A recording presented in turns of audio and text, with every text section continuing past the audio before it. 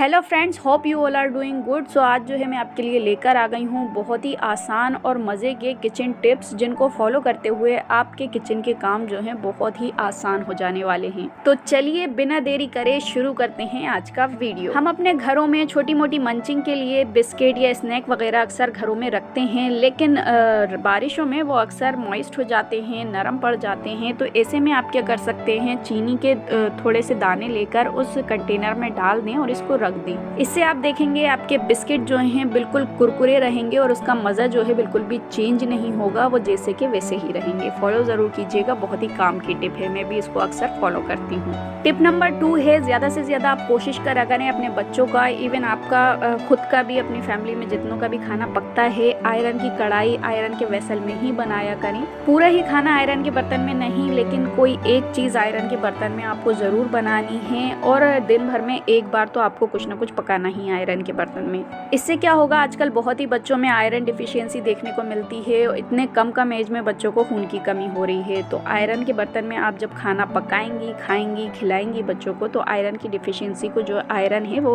कम कर देता है, बिल्कुल खून की कमी को खत्म कर देता है। नेक्स्ट किचन टिप है, अक्सर चीनी में चींटियां हो जाती हैं, कीड़े हो जाते हैं। तो ऐसे में आप क्या कर सकते हैं, 2 से 4 लौंग लेकर इसमें डाल के रख दें मिक्स करके, और आपकी चीनी जो है जैसी की वैसी रहेगी, बिल्कुल भी ये मॉइस्ट नहीं होगी, गीली नहीं होगी, या फिर इसमें बिल्कुल भी चींटी या कीड़े नहीं होंगे। कोकोनट तो हम सबको बहुत पसंद होता है, बहुत ही चाव से हम इसको खा रहे होते हैं, और खाना भी चाहिए, बहुत ही बेनिफिशियल होता है ये हमारी हेल्थ के लिए। लेकिन इसकी ऊपरी सरफेस काफी हार्ड होती है और इसको छीलना, इसको तोड़ना बहुत ही टफ हो जाता है। तो ऐसे में आप क्या कर सकते हैं, इसको छीलने से पहले एटलीस्ट 10 से 12 मिनट के लिए फ्रीजर में रख दें। इससे आपका कोकोनट जो है इजीली टूट जाएगा और पील ऑफ भी हो जाएगा। मैं तो यही टिप फॉलो करती हूँ, और आप देख सकते हैं इस टिप को फॉलो करते हुए कोकोनट जो है वो पूरा साबुत निकल कर आ गया है। नहीं तो इसको निकालना ही कितना ज्यादा कॉम्प्लिकेटेड होता है। साउथ इंडियन रेसिपीज मेरी फैमिली में सभी को ही बहुत पसंद है, और सभी की ही ये फेवरेट होती हैं, क्योंकि हेल्दी होती हैं, क्योंकि कम तेल में बन जाती हैं, प्लस इसका टेस्ट बहुत ही मजे का होता है।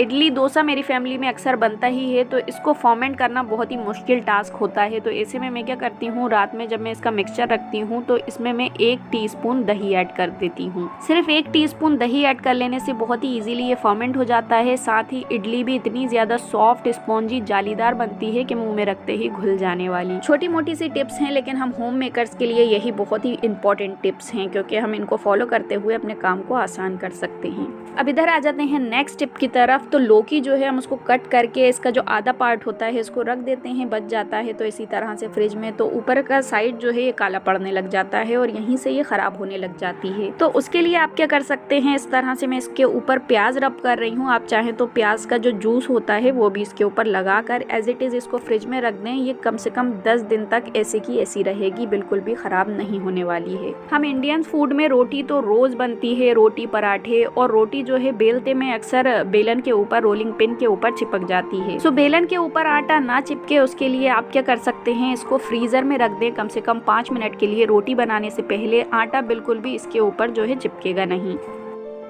बादाम जो है हर डेजर्ट में ऐड करे जाते हैं, और ग्रोइंग एज वाले बच्चों के लिए भी बहुत ही बेनिफिशियल है ये। तो बच्चे बड़े सभी अक्सर इसको खाते हैं। तो ऐसे में अगर आप इसको भिगाना भूल जाते हैं तो तेज गर्म पानी में आप इसको डालकर रख दें। 5 मिनट में इसका छिलका जो है इजीली पील ऑफ हो जाता है। मिक्सी के जार की ब्लेड्स की शार्पनेस अगर ख़त्म हो गई है तो महीने में एटलीस्ट एक बार आप नमक डालकर अच्छे से इसको ग्राइंड कर लें। इससे इसकी जो शार्पनेस है ब्लेड की वो वापस आ जाती है। चावल तो हर घर में स्टोर करे जाते हैं और हम महीने भर के स्टोर कर लेते हैं। तो ऐसे में क्या होता है, इसमें कीड़े पड़ जाते हैं या हल्की नमी आ जाती है। तो उसके लिए आप 1 चुटकी नमक ऐड करके अच्छे से मिक्स करके रख दें। इसमें बिल्कुल भी नमी नहीं आएगी या बिल्कुल भी कीड़े नहीं पड़ेंगे। वुड के यूटेंसिल्स जो होते हैं, स्पून हो गया या फिर रोलिंग पिन हो गया, ये अक्सर वुड के ही होते हैं, और बारिशों में इसके ऊपर ना नमी आ जाती है और उसकी वजह से इसके ऊपर काफी फंगस भी जमा होने लग जाती है। तो उसके लिए आप क्या कर सकते हैं, बिल्कुल लो फ्लेम पर इसको चारों तरफ से हल्का सा सेक लें, जिससे इसके अंदर जितना भी मॉइस्चर कंटेंट होगा वो सारा ड्राई हो जाएगा। हाई फ्लेम आपको बिल्कुल भी नहीं करना है, हाई फ्लेम करते हैं तो ये जल सकता है क्योंकि ये वुड का है। सिंक में हम बर्तन वॉश करते हैं तो उससे ना काफ़ी ज़्यादा गंदगी जमा हो जाती है उसके पाइप में, और उसकी वजह से पाइप जो है ब्लॉक भी हो सकता है। तो ऐसे में आप क्या कर सकते हैं, अच्छा तेज़ गर्म पानी करें और हफ्ते में एक बार इसको सिंक में डाल दें। काफ़ी स्मेल आती है ये जब पानी डालते हैं हम, क्योंकि सारी गंदगी जो है मेल्ट होकर बह जाती है। तो जितना भी ग्रीस है उसको निकालने के लिए सबसे बेस्ट ऑप्शन है, और हफ्ते में एक बार मैं ही ज़रूर करती हूँ। बारिशों में जितनी भी ग्रोसरी है उसमें बहुत जल्दी फंगस लग जाती है, चाहे वो मसाले हों या जितने भी अनाज वगैरह हों। सौंफ, राई, ये सारे मसाले वगैरह आप जो भी कुछ हैं अगर कांच के बर्तन में रखते हैं तो वो जैसे के वैसे ही बने रहते हैं, ज़्यादा दिनों तक ख़राब नहीं होते।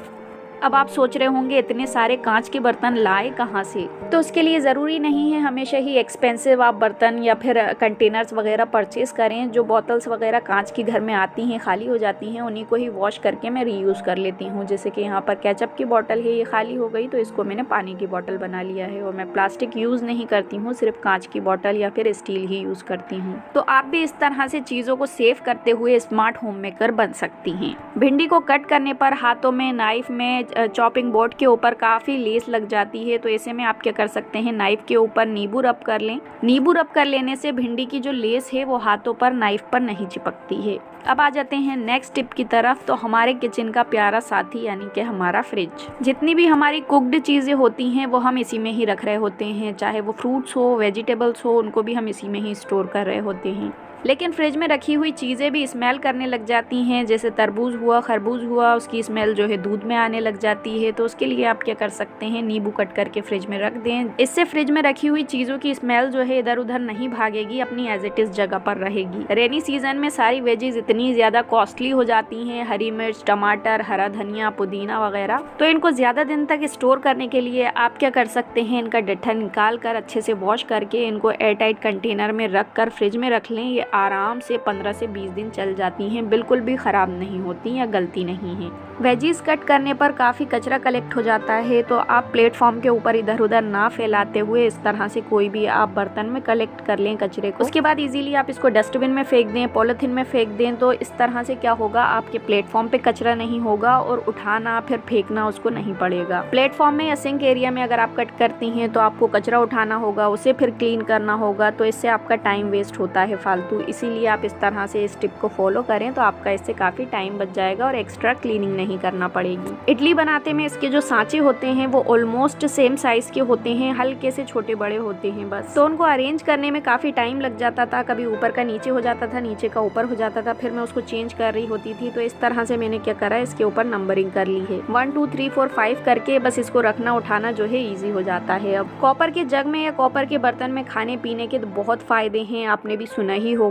स्किन पर पिंपल्स वगैरह नहीं होते हैं, पेट आपका साफ रहता है, प्लस थायराइड की बीमारी को भी ख़त्म करता है। तो अगर आप कॉपर का बर्तन यूज़ करते हैं या फिर परचेस करने वाले हैं या परचेस करना चाहते हैं तो मैं आपको सजेस्ट करूंगी इस तरह का स्टील जग आप परचेस करें। कॉपर यूज़ करते करते अक्सर ये काला पड़ जाता है, फिर इसको क्लीन करना पड़ता है। वैसे क्लीन भी ईजिली हो जाता है नींबू सोडा से, इसको क्लीन करना भी ईजी है, कोई ज़्यादा टफ नहीं है, लेकिन फिर भी क्लीन करने का झंझट तो है ना, इसीलिए मैं आपको सजेस्ट करूंगी इस तरह का। उसकी जो आउटर बॉडी है स्टील की है और अंदर जो है कॉपर है, इस तरह का जग परचेज करें। इसको वॉश करना इजी है, मेंटेन करना इजी है। ये जो मैंने कॉपर विद ग्लास जग लिया है ये मुझे पड़ा है 700 रुपये का ऑनलाइन, और स्टील वाला जग जो है ये मुझे पड़ा है 500 रुपये का। तो ये था आज का मेरा छोटा सा यूज़फुल इन्फॉर्मेटिव वीडियो। उम्मीद है आज का वीडियो आपको अच्छा लगा होगा। वीडियो अच्छा लगा हो तो लाइक शेयर सब्सक्राइब ज़रूर कर लीजिएगा। चैनल पर पहली बार आए हैं तो सब्सक्राइब करे बगैर बिल्कुल भी मत जाइएगा, क्योंकि उससे आपको मेरी इसी तरह की और भी इन्फॉर्मेटिव वीडियोस देखने को मिलती रहेंगी। मिलते हैं इसी तरह के इंटरेस्टिंग इन्फॉर्मेटिव नेक्स्ट वीडियो में, तब तक के लिए बाय बाय, टेक केयर।